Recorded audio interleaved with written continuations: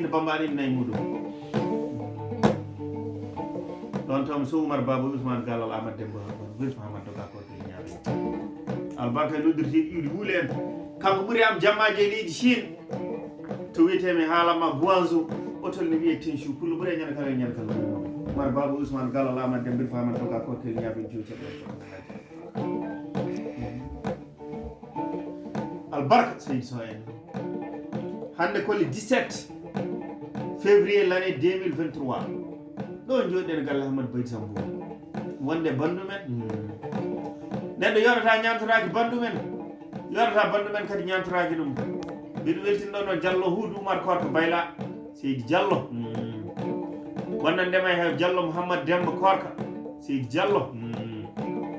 Diallo mi haalama Djibi Abou mbiɗi weltinɗo Seydi Diallo pullo ɓuuri jammaji e darna an wonno ndema mi haalanma e Alassane Baye Alassane Samba no wiyete Alassane Abou Nayel Alassane Abou Samba Seydi Demba Fatima Dol Dembo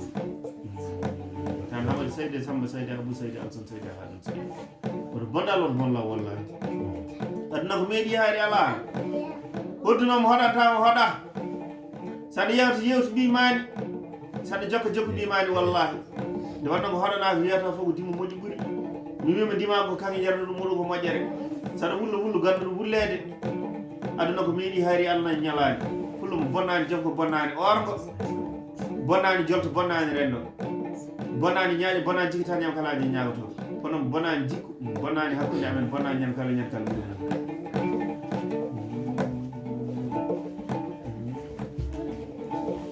mi yejjitta ɗo noon pula ko winde jammi Diallo Mamoudou Simbara Mamoudou Moutar Malal Thiété pullo ɓuuri jammaji e lambare mi kanko ɓuuri jammaji monguel albarka ko mbarago ngaari ɓuutoriɗo albarka ko dokkal ñale mi haalama e ngaari ɗon tawmi Abdoul Boubou Abdoul Qadir Samba Paati Modi Malal Harama Demba Demba kanko jeeyi ngaari mi wiye Gannar tatiri e nder nayi jammaji winde jamme wallahi ɗon tawmi iɗi Mamadou Ali Jeewel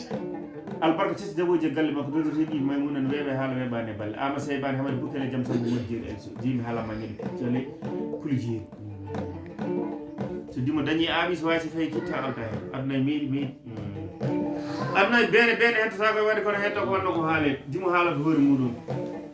so dimo noon ɓe mbi heewi ñohoɓe ko heewi ko mettintaɗo wona ko moƴƴi o nantata so neɗɗo nanta ko moƴƴi haɓata hay goto